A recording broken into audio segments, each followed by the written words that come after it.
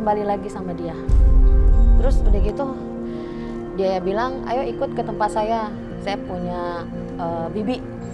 Punya bibi, katanya gitu. Dia punya, untuk bisa deh. Siapa tahu dengan kayak gitu aura kamu kebuka, nanti kamu bisa itu lagi kan begitu. Karena buat saya itu positif, ya saya ikut dia. Sampai akhirnya itu ada yang mandi kembang, terus udah gitu kita ke satu tempat, nggak tahu aku makam apa itu ya, saya juga nggak tahu. Nah pas sudah itu ternyata dia manggil ada orang yang juru kunci gitu ya, juru kunci. Terus udah gitu saya juga bingung Mas, pertamanya apa ya, ternyata dia udah ada omongan dengan si juru kunci itu. Nah terus udah gitu dia sama si juru kunci sama si anaknya itu ada akhirnya pergi ke sana, ke satu tempat, satu kuburan. Terus dia menggali, saya kan bingung apa itu gitu kan. Terus sampai akhirnya dia udah selesai ditimbun lagi, udah sampai akhirnya kita pulang nih. Kalau nggak salah itu sampai rumah sekitar jam 2:30 pagi. Karena kita mulai dari jam 12 ya ke sana. Lalu? Ya malam. Sampai di rumah, terus dia bilang kamu mandi. Dia udah menyediakan, saya tidak tahu Mas sebelumnya. Dia menyediakan ada kembang, ada air semuanya gitu kan. Terus ada kain kafan putih, udah disiapin sama dia. Saya bingung, ini apa? Pokoknya mandi aja. Terus saya mandi, terus dia kasih tuh. Selesai kan masih ini semuanya. Dikasihlah tadi itu yang Apa? tali. Tali apa? Saya nggak tahu kan. Maaf Bu, ini apa?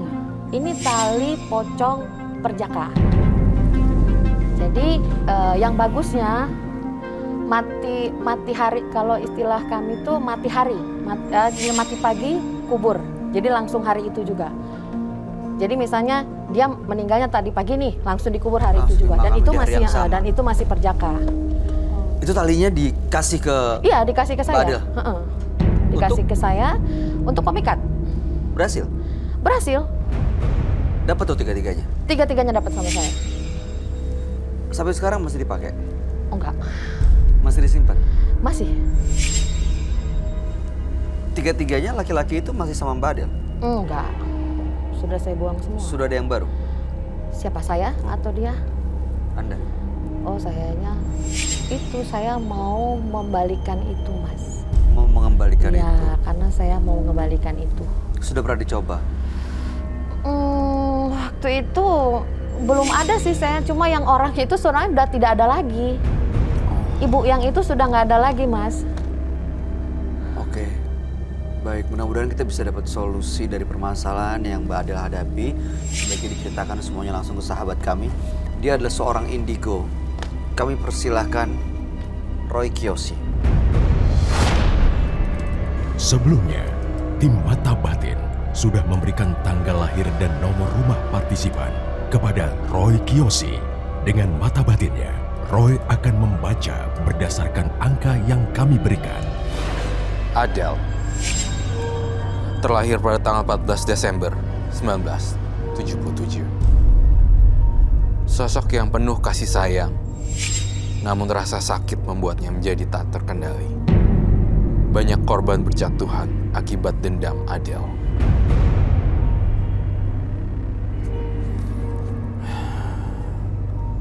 Saya melihat sosok pocong yang menagih kepada Adel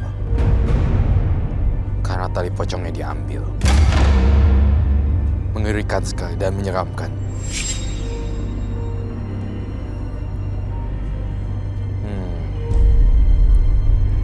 Saya mendengar suara bisikan sangat jelas di kuping saya. Bahkan Adel nyawanya terancam.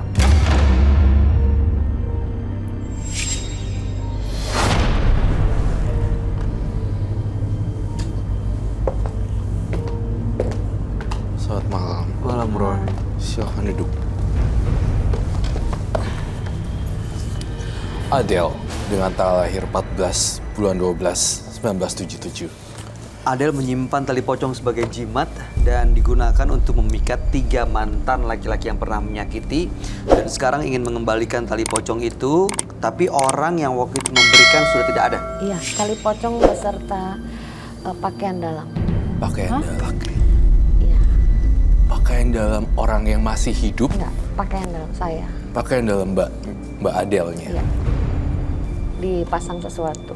Dipasang Dipasang? sesuatu? Iya, dimasukkan sesuatu. Dipasang apa Mbak Adel? Nggak tahu dipasang apa. Cuma emang sudah dimasukkan di situ sama orangnya. Gunanya tali pocong dan pakaian dalam ini untuk memikat Sama untuk memikat. 3 orang itu? Semua siapa aja. Oh, Tapi jadi saya lebih menuju untuk pertama itu 3 orang itu. Jadi setelah 3 orang itu ada orang lain juga ya? Iya. Sebenarnya ini saya melihat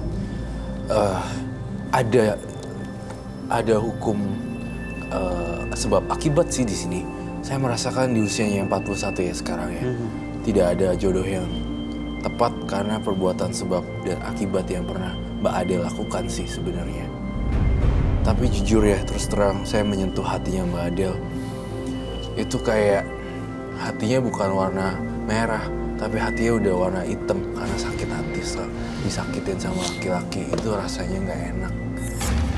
Dan korban laki-laki dan menjadikan dia jadi korban, sekarang pelaku. Gitu. Saya merasakan kesedihan yang sangat luar biasa, tapi masih ditutup-tutupin sama Mbak Adel. Betul begitu Mbak Adel. Iya. Kalau Mbak Adel sedih, luapin aja semuanya. Saya tahu kamu masih tutup-tutupin perasaan Mbak Adel. Hati kamu tuh terbuat dari hati lagi, bukan dari besi. Kamu harus apa adanya juga. Saya lihat kamu udah cukup banyak menderita sih, tapi bukan berarti harus menyakiti pria lagi dengan jampi-jampi tali pocong perjaka.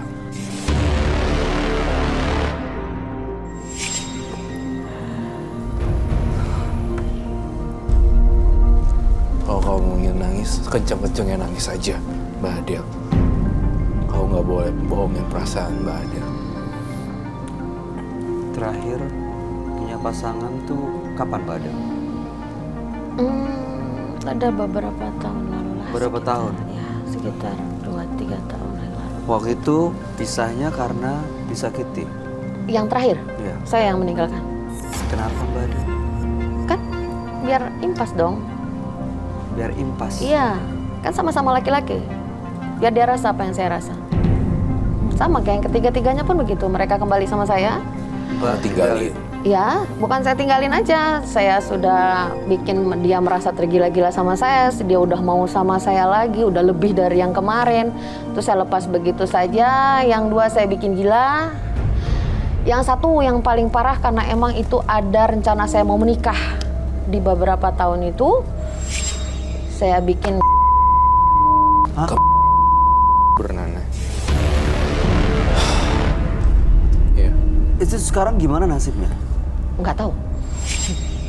Kalau yang gila yang saya tahu, kalau kemarin-kemarin beberapa bulan dia sehat. Karena saya bikinnya tidak langsung gila total, Mas. Iya. Gak enak dong. Kalau kita mau mati, pelan-pelan. Jadi maksudnya gimana tuh pelan-pelan bikin gila? Pelan-pelan tuh ya nggak langsung nggak gila total seumur hidup dia gila nggak. Berapa bulan dia sadar sehat, berapa bulan dia ini kan enak kita ngelihatnya. Melihat orang lain menderita tuh enak bagi dia. Iya, Sebenarnya enak karena tapi, saya juga tersakiti kan kemarin. jujur sih tapi ya saya ngelihat Mbak Adel bukan sosok yang tapi jujur nih, kamu tuh ngerasa kayak gini tuh gara-gara dilukain sih baru bisa jadi kayak begini Mbak Adel. Sebenarnya pada dasarnya dia di kehidupan yang di usia 20, 30 dia tuh anak yang baik-baik, orang yang baik, tapi jadi orang yang jahat Karena disakitin. karena dendam terhadap cinta. Jadi seperti ini, mencari black magic. Aduh. Dendam karena cinta, mencari ajian-ajian yang aneh banget.